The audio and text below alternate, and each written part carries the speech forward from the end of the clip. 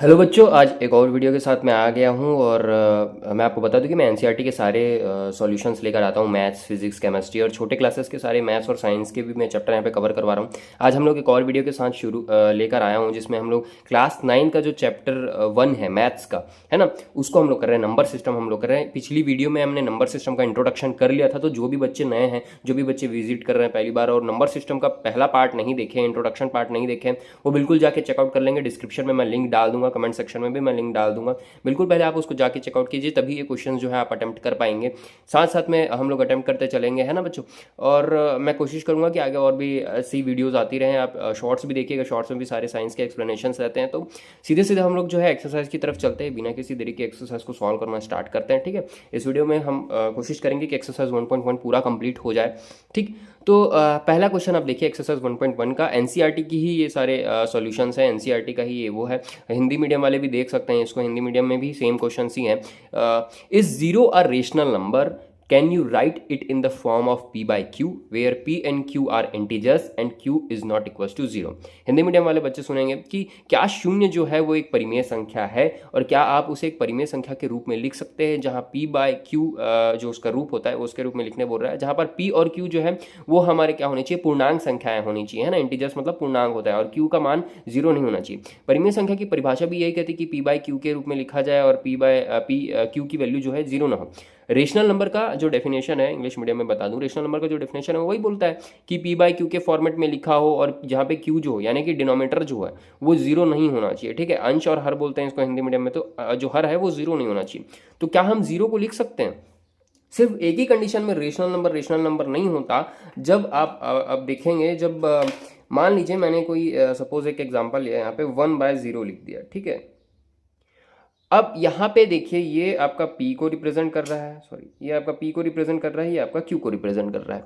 तो सिर्फ एक ही कंडीशन में परिमेय संख्या या एक ही कंडीशन में रेशनल नंबर नहीं होती, जब q की वैल्यू जीरो आ जाए। ठीक, यहाँ पे कंडीशन दिया हुआ है ना, q is not equal to zero. अब यहाँ पे देखिए q की वैल्यू तो जीरो आ गई, तो 1/0 जो है वो हमारा रेशनल नंबर नहीं होगा। लेकिन क्या जीरो रेशनल नंबर है? यस, जीरो जो है एक रेशनल नंबर है ना। हम उसको लिख सकते हैं रेशनल नंबर के फॉर्मेट में, जीरो डिनोमिनेटर में कुछ भी लेके। अब यहाँ पे इंटीजर्स बोला है, तो इंटीजर्स कैसी संख्या होती है ना, मतलब पूर्णांक संख्या कैसी संख्या होती है जिसमें नेगेटिव और पॉजिटिव दोनों नंबर आते हैं। ठीक है, तो हम कोई भी इंटीजर्स लेके एग्जांपल्स लिख सकते हैं। सपोज कीजिए मैंने जीरो लिया न्यूमरेटर में और नीचे में 1 लिख दिया, ये भी एक रेशनल नंबर है। ठीक है, उसके अलावा मैंने क्या लिया, जीरो लिया और नीचे में -1 लिया, ये भी एक रेशनल नंबर है। ठीक है, 0/3 ये भी एक रेशनल नंबर है, 0/-3 ये भी एक रेशनल नंबर है, etc।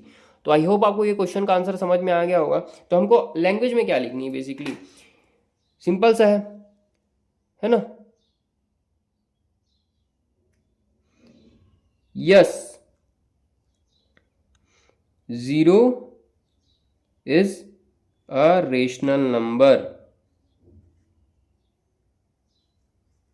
ठीक है, हम इसको कैसे लिखेंगे? We can write it like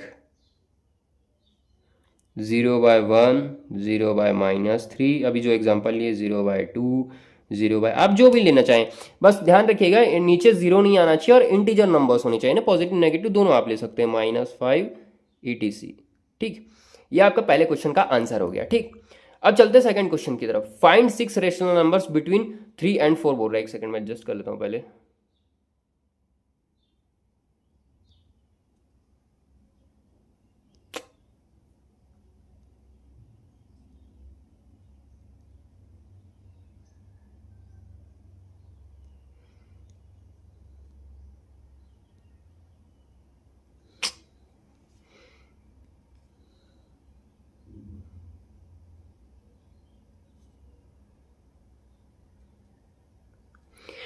तो अब find 6 rational number between 3 and 4 बोल रहा है। ठीक है ना, तो 3 and 4 के बीच रेशनल नंबर कैसे निकालना है? आप अगर पिछली वीडियो देख के आए हैं, जो भी बच्चे पिछली वीडियो देख करके आ रहे हैं, तो उनको समझ में आ गया होगा कि 3 and 4 के बीच रेशनल नंबर से किसी भी नंबर के बीच रेशनल नंबर कैसे निकाला जाता है। तो आप देखिएगा, find 6 rational number between 3 and 4 बोल रहा है। तो मैंने बताया था कि जब भी ऐसा केस आता है, जितना नंबर दिया होता है ना, जैसे मेरे को 6 बोला तो मैं उसके एक एक्स्ट्रा लूंगा। ठीक है, यानी 7 लूंगा, मतलब find 6 rational number between 3 and 4, मैं 6 लूंगा, उसके एक एक्स्ट्रा 7 लूंगा, है ना। अब मैं क्या करूंगा, ये 3 एंड 4 जो दिया हुआ है, ठीक है, ये 3 एंड 4 जो दिया हुआ है डिनोमिनेटर में मैं वो नंबर लिख लूंगा 7, मतलब 6 का एक एक्स्ट्रा 7। तो मेरे पास नया नंबर क्या होगा, 3/7 है ना, और 4/7। ठीक है, क्या किया मैंने, जितना नंबर दिया था उसका एक एक्स्ट्रा नंबर लेके जो है लिख लिया। उसका क्या रीज़न है एक एक्स्ट्रा नंबर लेने का, ये भी मैंने आपको पिछली वीडियो में बताया था, तो वीडियो को जाके देखिएगा एक बार, इंट्रोडक्शन वाली वीडियो को, तो आपको समझ में आ जाएगा। ठीक है, अब 3/7 एंड 4/7 हो चुका है ना। अब क्या करेंगे, देखो अब बेसिकली सिंपल सा बात है कि मेरे को क्या करना पड़ेगा कि मैंने 7 तो ले लिया है ना, मैंने 7 ले लिया है, तो मैं ऊपर में क्या करूँगा, मैं उसी नंबर से जो है 7 को 7 बनाने के लिए क्या करना पड़ेगा बेसिकली सॉरी, थोड़ा सा मिस्टेक मैंने किया है यहाँ पे, है ना, एक चीज़ मैंने मिस कर दी है, मैं पहले वो कर लेता हूँ, आपको ध्यान दीजिएगा, ये स्टेप बाद में आएगा।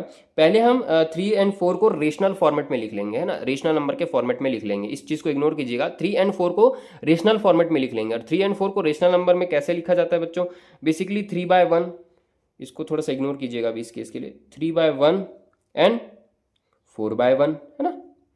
अब क्या करूंगा, देखिए अब मैं जो 7 वाला स्टेप बता रहा था ना, मतलब 6 जितना भी क्वेश्चन में जितना भी नंबर दिया उसका एक एक्स्ट्रा नंबर लेना है, 6 का एक एक्स्ट्रा 7, है ना। तो 7 लेके मेरे को उसको डिनोमिनेटर में मल्टीप्लाई कर देना है, और जो नंबर मैं डिनोमिनेटर में मल्टीप्लाई कर रहा हूं उसी को मैं न्यूमरेटर में भी मल्टीप्लाई करूंगा। इस केस में 6 का एक एक्स्ट्रा मैंने 7 लिया, 7 को अगर मैं नीचे मल्टीप्लाई कर रहा हूं, ध्यान दीजिएगा, नीचे मतलब हर में गुणा कर रहा हूं, 6 दिया था, 6 परिमेय संख्याएं ज्ञात करने बोला था, तो 6 का एक एक्स्ट्रा 7 लिया, 7 को मैंने पहले क्या किया, मैंने 3 और 4 को मैंने रेशनल फॉर्म में लिख लिया, मतलब परिमेय संख्या के रूप में लिख लिया, नीचे में एक करके हम परिमेय संख्या रूप में लिख सकते हैं। उसके बाद क्या किया मैंने, 6 का एक एक्स्ट्रा 7, अगर वहां पे 5 होगा तो 5 का एक एक्स्ट्रा 6 लेंगे, है ना, ऐसे क्वेश्चन के बेस पे रहता है। तो 3/1 में जो है 3/1 में जो है मैंने उस एक एक्स्ट्रा नंबर का गुणा किया हर में, है ना बच्चों, हिंदी मीडियम वाले ध्यान देंगे, हर में गुणा किया। अब जो मैं हर में गुणा कर रहा हूं वही मेरे को अंश में गुणा करना है, ठीक है, जो मैं हर में गुणा कर रहा हूं वही मेरे को अंश में गुणा करना है। तो यहाँ पे 7 का गुणा, तो यहाँ पे भी 7 का गुणा, और यहाँ पे भी 7 का गुणा, ठीक। तो अपनी नया नंबर क्या हो गया, 7 या 21 यानी 3 7 जा 21, है ना, 21/7 1 जा 7, ठीक है। नीचे में क्या हो जाएगा, 28/7, ठीक। अब मेरे पास जो है डिनोमिनेटर इक्वल है। अब मैं ऊपर के नंबर के बेसिस पे मैं वो से जो 6 रेशनल नंबर्स है वो लिख लेता हूं। तो अब मैं क्या लिखूंगा, नंबर्स बिटवीन, अभी 21/7 और 28/7 के बीच अगर नंबर देखेंगे तो आप क्या क्या होगा, 22/7, है ना, 23/7, 24/7, 25/7, 26/7, 1 2 3 4 5, है ना, एक और ले लेते हैं 27/7, ठीक है। और ये 28/7 तो अपने आप में ही है। तो मैंने एक्स्ट्रा नंबर्स जो है निकाल लिए, ये जो नंबर्स आए हैं 6 रेशनल नंबर्स, यही हमारे 3 एंड 4 के बीच के रेशनल नंबर्स हैं। चाहे तो आप इसमें जो जो कट सकता है ना वो काट भी सकते हैं ना, लेकिन यहाँ पे भी ऐसा कोई नंबर नहीं है जो कट सके, लेकिन अगर कटता होता तो उसको हम काट भी लेते हैं। तो हमारे पास ये जो 6 नंबर आए हैं ये 3 एंड 4 के बीच लाई करने वाले 6 रेशनल नंबर्स हैं। तो numbers between 3 and 4 are 22/7, 23/7, 24/7, 25/7, 26/7 and 27/7, ठीक है। तो ये हमारा जो है आंसर आ गया सेकंड वाला, ठीक। आई होप आपको ये समझ में आया होगा रेशनल नंबर निकालना। अगर नहीं आया तो आप एक बार इंट्रोडक्शन वीडियो जरूर जाके देखिएगा, उसमें मैंने स्टेप पूरा डिटेल से समझाया 3-4 एग्जांपल के साथ कि नंबर कैसे निकाला जाता है, रेशनल नंबर कैसे निकाला जाता है ना। चलिए जल्दी से अगले क्वेश्चन की तरफ चलते हैं।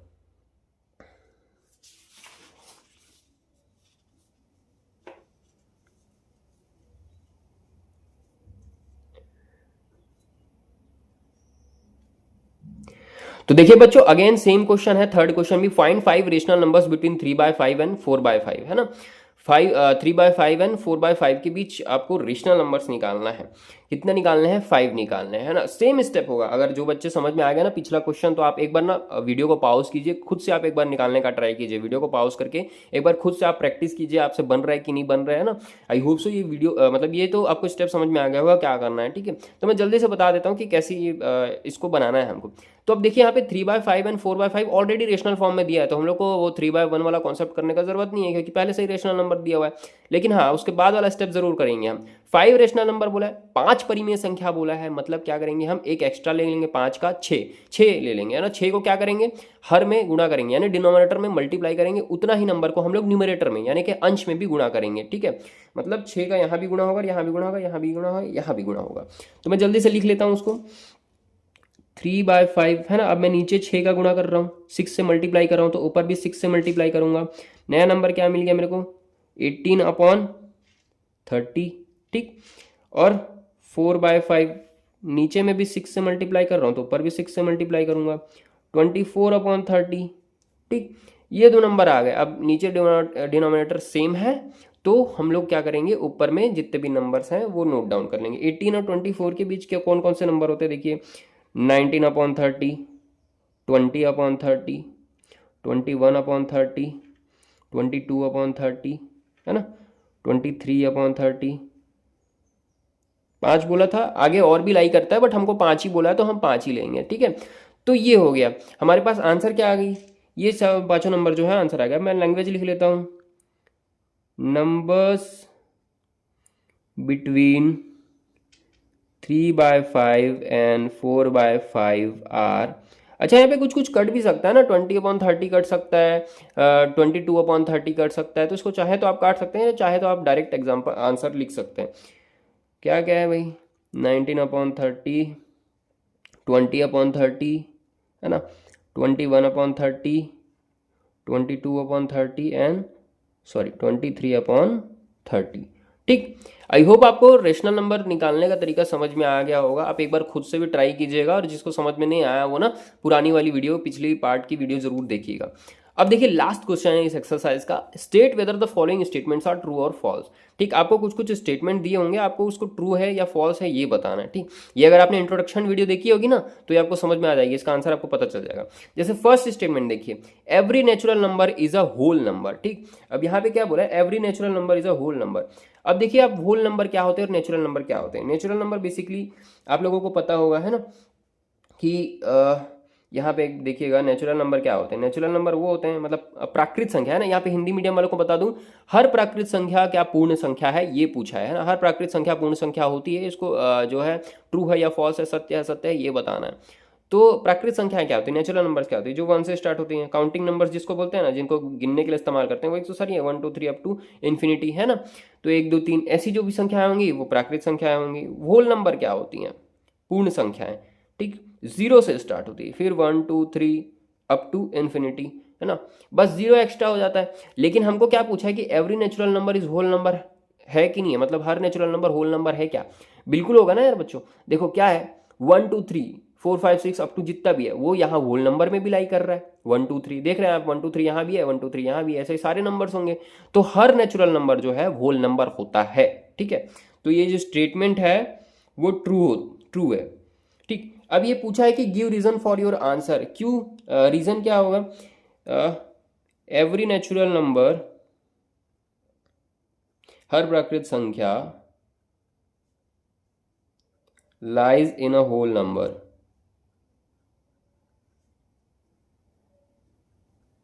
ठीक। ये आप आंसर में लिख सकते हैं, every natural number lies in a whole number, हर प्राकृत संख्या पूर्ण संख्या में आती है, ठीक है। हर प्राकृत संख्या पूर्ण संख्या में आती है, इसलिए ये स्टेटमेंट जो है वो ट्रू है, ठीक है। अब आपको आगे के स्टेटमेंट में बता देता हूँ, आगे के स्टेटमेंट क्या है वो आप लोग देख लीजिएगा। चाहिए तो आप यहीं पे जो है इसको सॉल्व कर सकते हैं। आगे जो आपके पास आएंगे वो भी मैं आपको बता देता हूँ, उसके भी जो सॉल्यूशन है वो आपको बता देता हूँ मैं। तो आप देखिए सेकंड क्वेश्चन क्या बोल रहा है। सेकंड क्वेश्चन बोल रहा है कि every integer is a whole number, ठीक है। Every integer is a whole number, मतलब हर पूर्णांक संख्या पूर्ण संख्या होती है, ठीक है। ये पूछा है, मतलब every integer is a whole number. अब हमको पता है पूर्णांक संख्या या इंटीजर क्या होती है, जिसमें नेगेटिव और पॉजिटिव दोनों नंबर आते हैं। और होल नंबर क्या होती है, जिसमें खाली पॉजिटिव नंबर होती है 0 के साथ में, ठीक है। होल नंबर क्या होती हैं, 0 के साथ में पॉजिटिव नंबर जो भी आते हैं वो हमारे होल नंबर होते हैं। लेकिन इंटीजर जिसको z से रिप्रेजेंट करते हैं वो क्या होती हैं, वो -1 -2 ऐसे भी हो सकती है ना। उसके अलावा 0 1 2 3, ठीक। लेकिन होल नंबर में क्या नेगेटिव नंबर्स हैं, नहीं है ना। तो क्या every integer is a whole number, ये स्टेटमेंट ट्रू है क्या, नहीं, ये स्टेटमेंट जो है वो टोटली फॉल्स है, ठीक। ये स्टेटमेंट जो है टोटली फॉल्स है। रीजन क्या लिखेंगे आप, रीजन सिंपल है, whole number consist 0 and positive numbers only.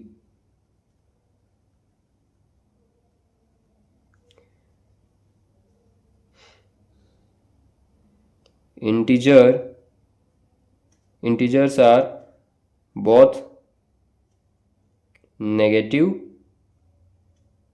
and positive numbers.